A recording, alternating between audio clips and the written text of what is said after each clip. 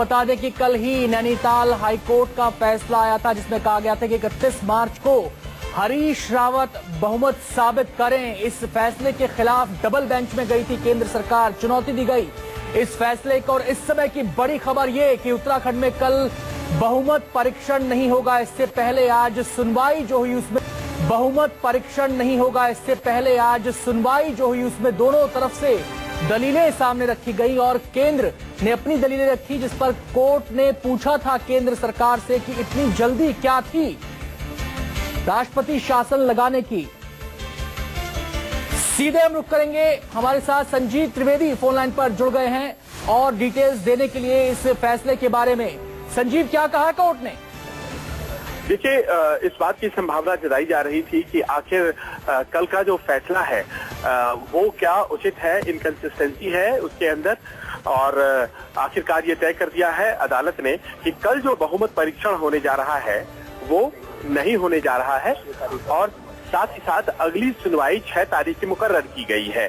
यानी कि जो स्थिति है वो पहले की तरह हो जाती है। कल के पहले की जो स्थिति थी, राष्ट्रपति शासन वहां लागू रहेगा और जो बहुमत का जो आंकड़ा है वो किसके पास है ये तय करने की बात कल जो हुई थी वो अब नहीं होने जा रही है। केंद्र की तरफ से दलील क्या दी गई संजीव?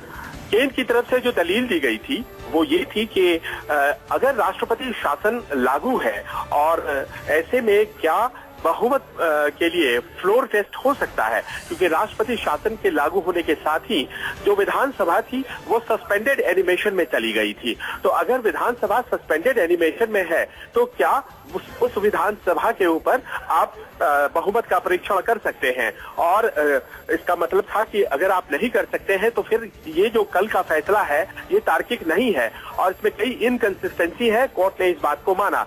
जो दलील दी गई थी मुकुल रोहतगी साहब के द्वारा वो यही थी कि राष्ट्रपति शासन के लागू रहने के बावजूद आखिर कैसे ऐसा हो सकता है कि बहुमत परीक्षण का आदेश कोर्ट के द्वारा दिया जा सकता है। बहुत बहुत शुक्रिया संजीव आपका इस पूरी जानकारी के लिए। तो आखिरकार तस्वीर आज साफ हो गई कि कल उत्तराखंड में बहुमत परीक्षण नहीं होगा, यानी कि स्टेटस को मेंटेन रहेगा। जो स्थिति पहले थी यानी कि राष्ट्रपति शासन लागू रहेगा। इस मामले की अगली सुनवाई अब 6 तारीख को होनी है।